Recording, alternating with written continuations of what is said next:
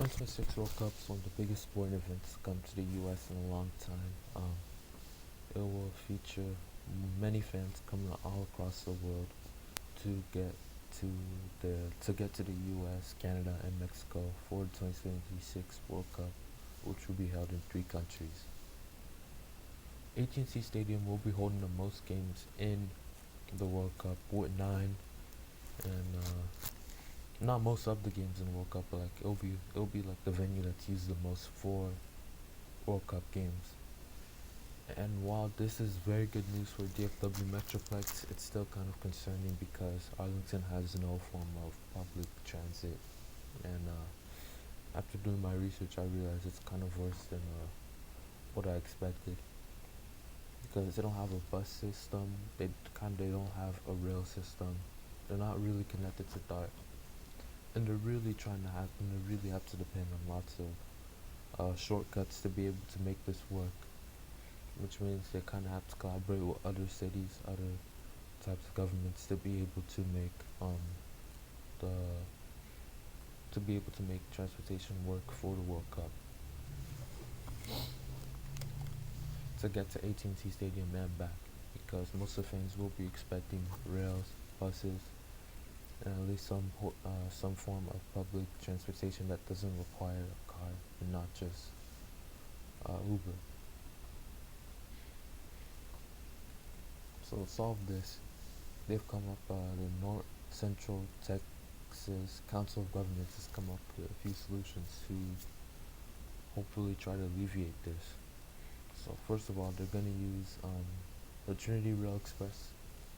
It's basically a railway that kind of runs from the DFW airport down to Fort Worth and around those areas, the mid cities, and it runs through some of the mid cities like Grapevine and Richland Hills. That's it. That's a TR. Okay. They're gonna use this to be able to hope. They're gonna try to attempt to use this to get people from the trains, from the airport, like to the trains, to the buses, to somehow transport them to the stadium. I know people won't be going directly from the airport to the stadium, but they will be using rails to get people onto private types of buses. Like they're gonna be using private companies. They're gonna try to get shuttle buses to be able to transport people to the stadium. And while this is kind of like, oh yeah, they're coming up with something, and the plan, they basically do have plans complete for what they're gonna do, it's still not really the best way to do this or the best way to handle this, because a World Cup could be a massive opportunity for Arlington, and it seems like the way they've handled preparations and the way they've handled themselves going into this has been quite subpar, to be honest. Because yeah, they did complete the redoing of Texas 360 and I-30, which I did talk about in another video. They do have express lanes to be able to take you to the stadium from I-30 and back. That's if you use a car. Probably buses should probably be able to get that too. That also reminds me of something they're kind of gonna make the express lanes stadium traffic only. I think that's something they'll probably do. Like they'll limit the express lanes on I-30, which in Arlington, for the short time they do run in Arlington, there are like two-way, because most of the time it's one way. It's reversible one-way traffic in Dallas County, but as soon as you reach Tarrant County, they kind of cross State Highway 161, also known as the President George Bush Turnpike. You finally switch up to concurrent flow of traffic, and that massively helps with this. But if they're really banking on I-30 and the express lanes to be able to carry lots of traffic while also not having a very good means of public transportation, that's actually a rude awakening, because even though they're trying to improve it eventually in the future, and they're trying to make high-speed rail that might eventually get built, it's kind of too little too late. If they knew the World Cup was coming to Arlington, and they knew that it was gonna not lots of games are going to be played in Arlington. They should have at least tried to do something. They should have at least tried to work up a bus system. And I know these things take time, take preparation. It's not easy. I know it's not as easy as anyone would think, but it's honestly, this is honestly quite surprising because the DFW is actually pretty good at having a rail system. It's just that the Dart system is the largest in the country, but Arlington isn't really connected to it because it's mostly because it's part of Tarrant County. It's not connected really, but it hasn't really root of it. You don't have to be like in Tarrant County to not be connected to Dart, but it's kind of pressing because you really do wonder how they're gonna be able to pull this off this this might actually end up blowing up in their faces and it might actually cause disaster class, if I'm being honest. Because while there's lots to look forward to and there's lots to hope for, and while yes, it will be good to see people be able to go Six Flags through and fro like easily because of the new interchange. Public transit is a problem in Arlington, and it's quite literally the largest city not to have any. Because you need to have at least a very good bus system to be able to do this, but they don't. They basically have their own private version of Uber, which won't work for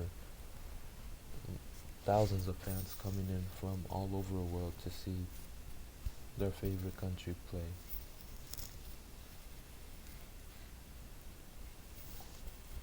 So this is a massive missed opportunity. They probably should prepare for a better in the future. I'm pretty sure they can correct this, and they'll eventually get to improve. They'll eventually improve because there's lots of potential with the AT&T Stadium. There's lots of potential with Six Flags in this area, and there's lots of big things around here, around Arlington, that really do make it a pretty good place to go for entertainment value. But if you don't have a car, it's quite literally impossible to really do anything, which is why public transit is a massive problem. And I know I'm getting repetitive and I'm kind of being redundant with this point where I'm just kind of just saying they need to do something. But the truth is, without public transit, it's gonna be a disaster. Most likely. I'm not gonna say like, oh yeah, it's certified. It's gonna obviously be a disaster. But I'm just gonna say it's not gonna work out super well. Hopefully the buses can be able to take the traffic, and hopefully they don't underestimate how many people are coming for the World Cup games, and hopefully they actually scale it right and get the right amount of buses. The train schedules work well.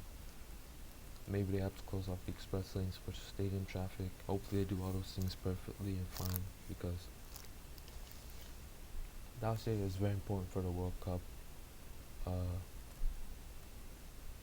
It is the broadcast center for the 2026 World Cup, and it's very big. It's very big. And it's very important to the 2026 World Cup because Dallas is a big place. It's very connected. It has a pretty good rail system, but the AT&T Stadium is not. In conclusion, the 2026 World Cup will be a massive event that will come to North America, and 9 of the games will be hosted in AT&T Stadium, the most out of any other venue. Arlington, Texas as a whole is unprepared, and there are many short-term solutions that are being put in to be able to manage traffic in the World Cup to at least a decent level, even though there isn't much public transportation now. Thank you, and I'll see you on the next video.